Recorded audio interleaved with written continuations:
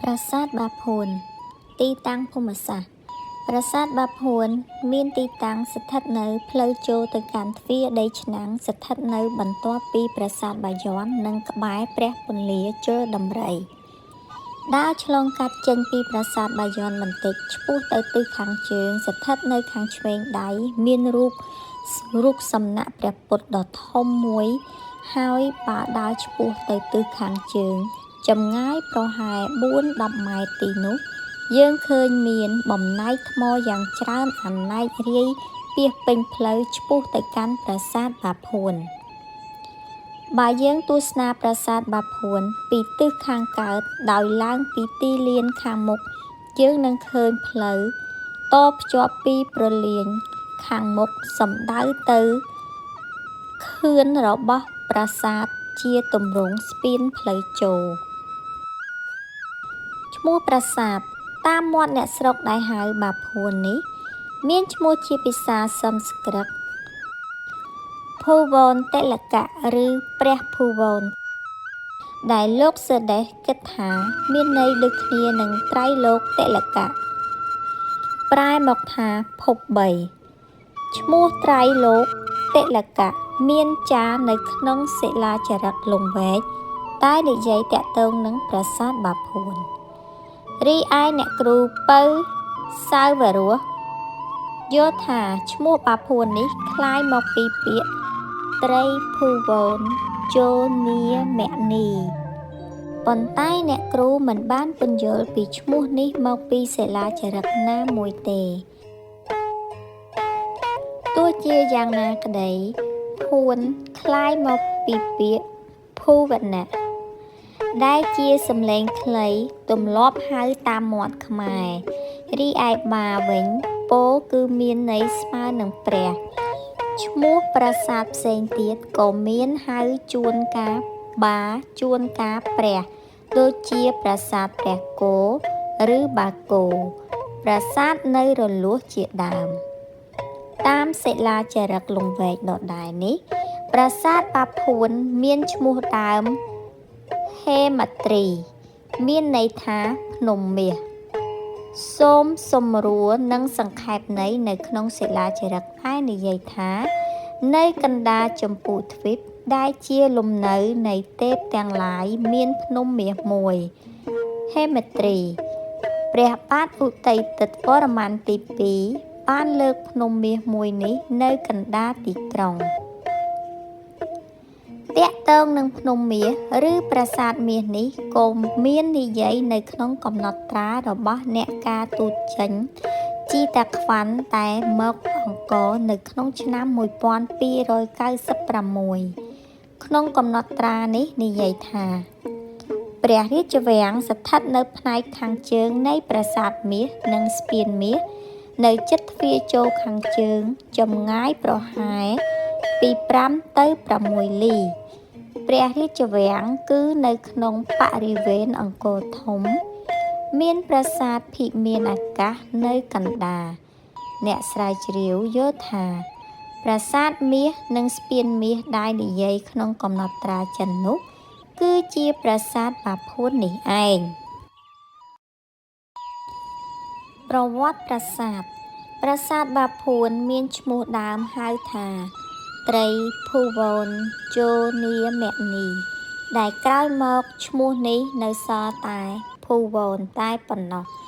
ហើយពាក្យថាភូវនคล้ายជាពាក្យភូនវិញពាក្យត្រីភូវនមានន័យថាអ្នកដែលគ្រប់គ្រងលើភពទាំង3ចំណែកពាក្យដែលคล้ายទៅជាពួនគឺមានន័យថាលាក់បំបាំងដែលប្រះចាកពីឈ្មោះដើមដែលមានន័យគ្រប់គ្រាន់ប្រាសាទនេះកសាងឡើងនៅសតវត្សទី11រវាងឆ្នាំ1060ដោយព្រះបាទឧទ័យទិត្យវរ្ម័នទី2សោយរាជ្យចន្លោះឆ្នាំ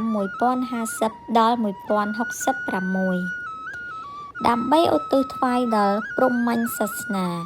ឈ្មោះនៃប្រាសាទនេះគេច្រើនតែសរសេរបាពួនដែលផ្ទុយពីន័យដើមរបស់ប្រាសាទនេះ ឈ្មោះគួរតែហៅឬក៏សរសេរបាភួនដែលអាចផ្ដល់ន័យត្រឹមត្រូវទៅនឹងន័យដើមរបស់ប្រាសាទមានចារនៅក្នុងសិលាចារឹក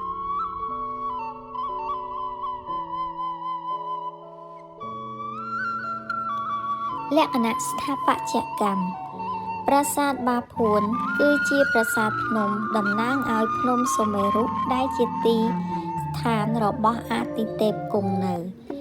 ចំពីមុខតួប៉មរបស់ប្រាសាទបែរមុខទៅទិសខាងកើតតំណាងឲ្យសិរីសួស្តីមានស្ពានមួយប្រវែង200ម៉ែត្រទទឹងប្រហែល 2,5 ម៉ែត្រទ្រដោយសសរចំនួន547ដើមរៀបគ្នាជាជួរយ៉ាងស្មើស្ពាននេះត្រូវបានប្រើប្រាស់សម្រាប់ដើរចេញចូលគឺតំណាងឲ្យផ្លូវភ្ជាប់ពីឋានមនុស្សទៅឋានសួគ៌នៅខាងឆ្វេងនៃស្ពានមានស្រះទឹកមួយទំហំ37ម៉ែត្រគុណ28ម៉ែត្រលម្អដោយកម្មចន្ទើរធ្វើអំពីថ្មភក់ស្រះនេះត្រូវបានគេយល់ថាគេប្រើសម្រាប់ពិធីលាងបាបនៅសម័យនោះកំពែងរបស់ប្រាសាទមានទំហំ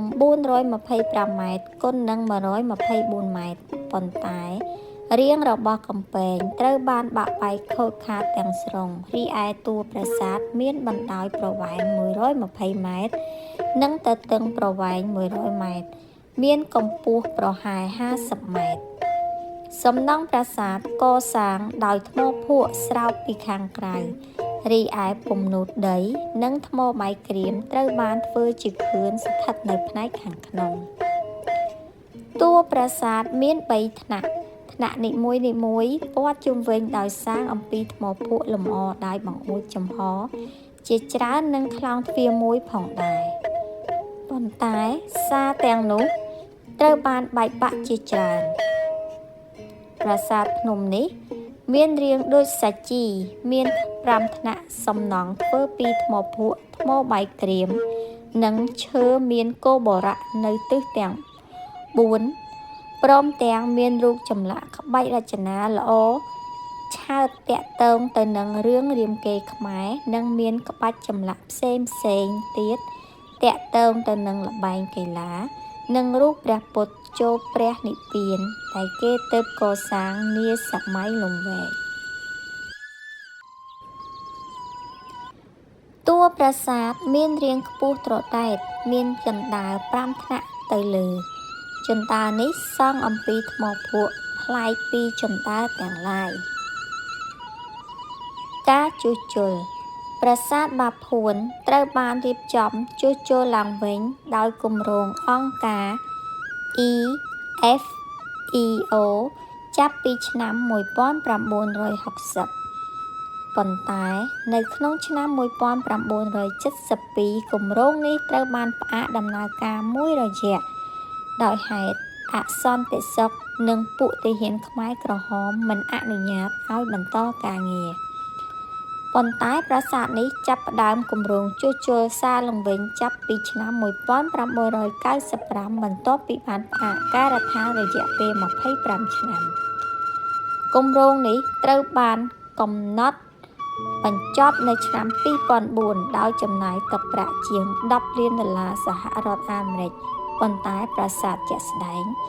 ប្រាសាទនេះត្រូវបានជួសជុលបន្តនិងបញ្ចប់គម្រោងជាស្ថាពរនៅខែមេសាឆ្នាំ2011ហើយត្រូវបានសម្ពោធឲ្យប្រើប្រាស់និងទស្សនាជាផ្លូវការនៅថ្ងៃទី3ខែកក្កដា